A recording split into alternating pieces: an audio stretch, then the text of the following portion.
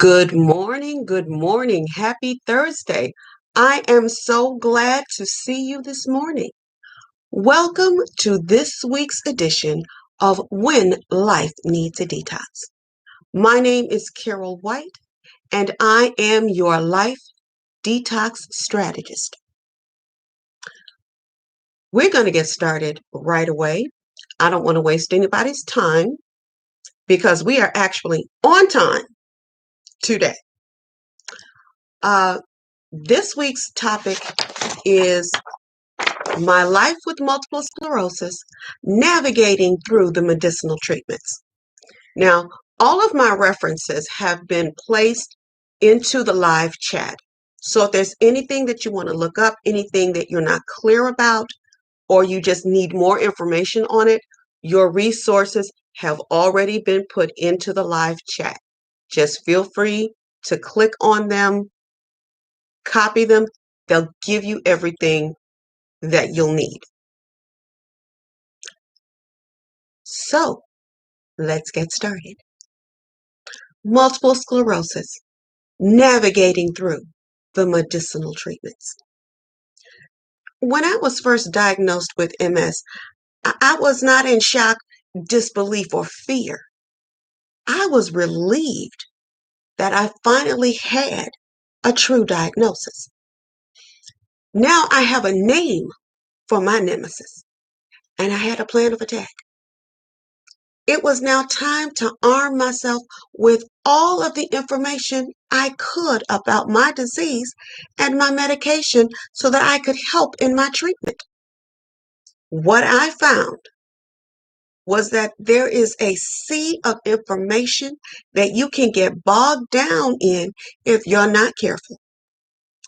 And if you dive in without guidance, you will drown.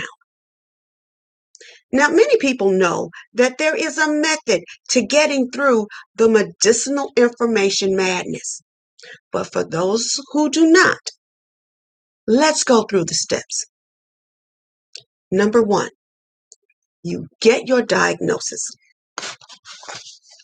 I know this seems obvious, but I said we're going to go through the steps.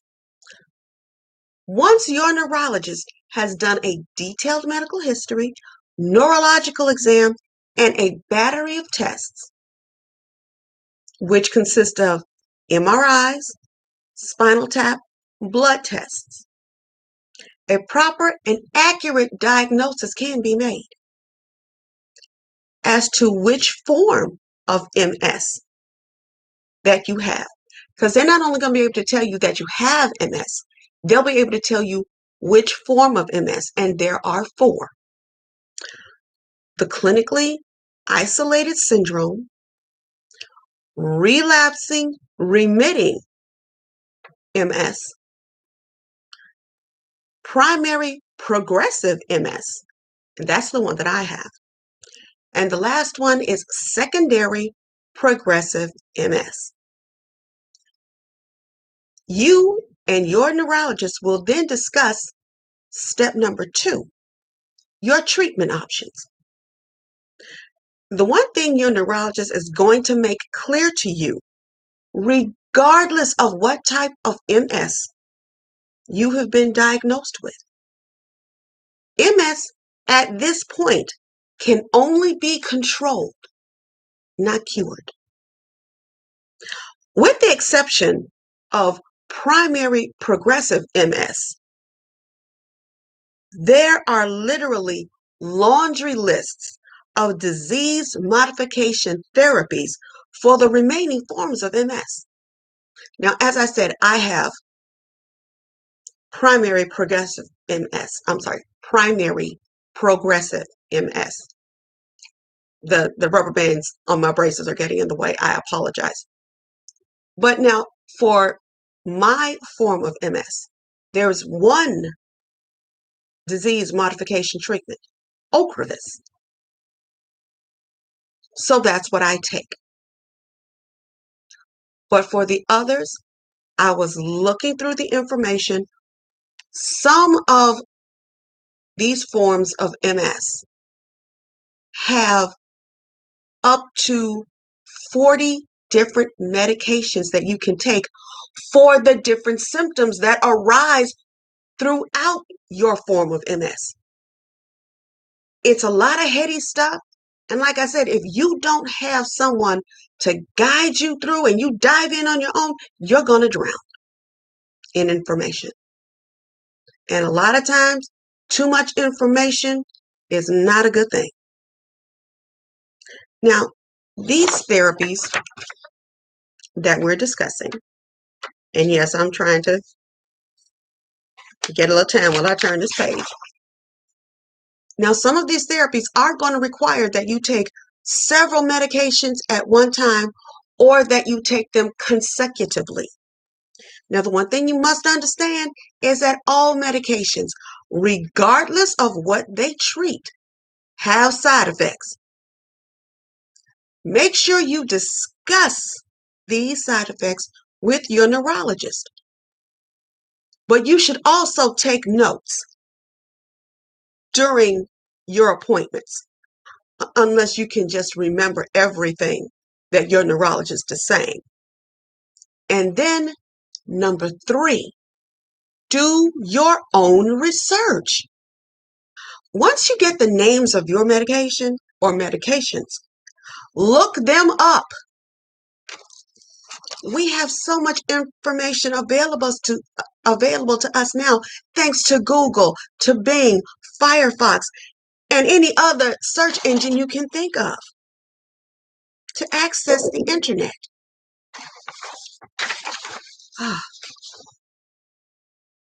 The thing, look up your medication. I'm sorry, I got lost. Look up your medication for what it is approved to treat, as well as the side effects.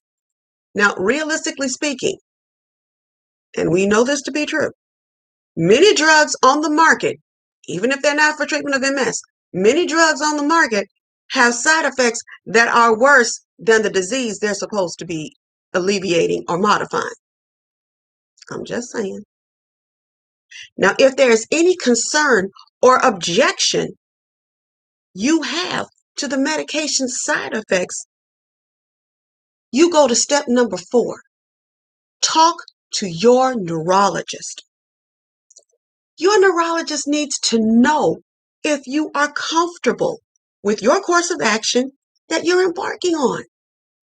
Now, let's be honest. You're more likely to get a better result with your treatment if you have faith in the treatment to begin with and you're following the treatment at all. Your neurologist will not get mad if you voice your concerns. And if he or she does, you have the wrong neurologist. Quiet as it's kept, all doctors appreciate patients that are participatory in their treatment. Also, as you proceed with your disease-modifying treatments, keep your neurologist informed of how you're feeling while you're on these medications. If you experience any of the known side effects, or if you have a side effect that is not on the list, your neurologist needs to know so they can make the decision to change your medications. Step number 5. Understand what your neurologist or any doctor truly is. Many people, me included, have the wrong idea of what doctors are and what they're there for. Yes, they are there to treat our illnesses and come up with the medical plans of action, but we must stop seeing them as deities that are infallible and cannot be questioned. This is an unrealistic and an extreme amount of pressure to be harbored with. Instead, see your physician as what he or she is in truth, a wellspring of information from which you can draw from and or add to. The medical profession is doing research on multiple sclerosis all the time, and new information comes out as fast as they can get it published. But doctors don't always have the time to read every single piece of research. If you find a treatment that you find interesting and you want to try it, call or email your neurologist. They may know about it or they may not, but you want to get their take on it. Always, always talk to your neurologist. Now, if your neurologist feels that this is beneficial for you and it will not cause any interaction with your prescribed therapies, he or she may approve it for you. Your job will then be to communicate with your doctor as to how the modification is going. I sincerely hope that this has been some help to you. And remember, your MS will look the way you make it look. Well, that's pretty much it for today.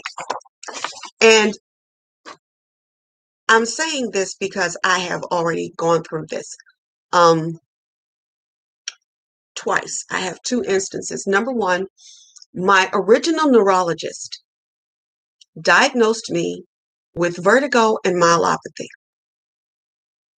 And here's the thing, I did have vertigo. I have problems with balance and coordination. And I did have neurological issues with my muscles. But as the years went on, my symptoms were getting worse. And as I told my doctor, she would look at me and say, well, you have vertigo and myelopathy. I really don't know what else to tell you. She stayed with her diagnosis. I'm getting worse. I had to fight with this woman about getting retested. She refused to give me an order for a second opinion at my favorite hospital where she works. We're not going to go into that. Not going to do that. But when my test came back, she still, and it said that there was an indication of multiple sclerosis, she was still insisting that I had myelopathy. That sent me to another hospital to get a second opinion. Like I said, if they got a problem with you, it's the wrong neurologist. Now, a happier story. After I was diagnosed, I had a session with my physical therapist, and he came up with something very, very interesting. He says that the myelin sheath around the nerves is made up of protein and fatty cells. One of those fatty cells is cholesterol. Well, for those of us with high cholesterol that are taking anti-cholesterol medications, statins like Lipitor and stuff like that, it's possible that this medication is assisting the autoimmune disease from taking away the cholesterol out of the myelin sheath. And that this could be that there was a study that showed that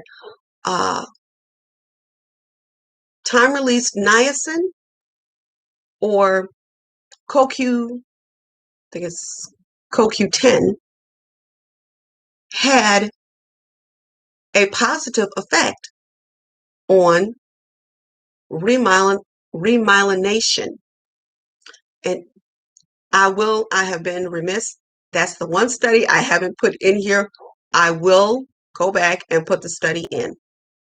But I emailed my doctor, my new neurologist, and he says, yes, I've heard of this. I asked him if I could try it. He says, absolutely. You have my permission. Talk to your PCP and let's get started with that. So you see, information comes from so many different sources. If you've got a concern, an idea, a thought, whatever it is, talk to your neurologist. Follow the steps. You get your diagnosis. You get your treatment options. You do your own research. You talk to your neurologist. Never stop talking to your neurologist. And finally, understand why your neurologist is there and what he is truly there for. I love you guys to the moon and back. This has been When Life Needs a Detox. I am so glad that you are here and you are happy and you are well. But it is time to go. I will see everyone next week. Bye-bye now. I'll see you soon.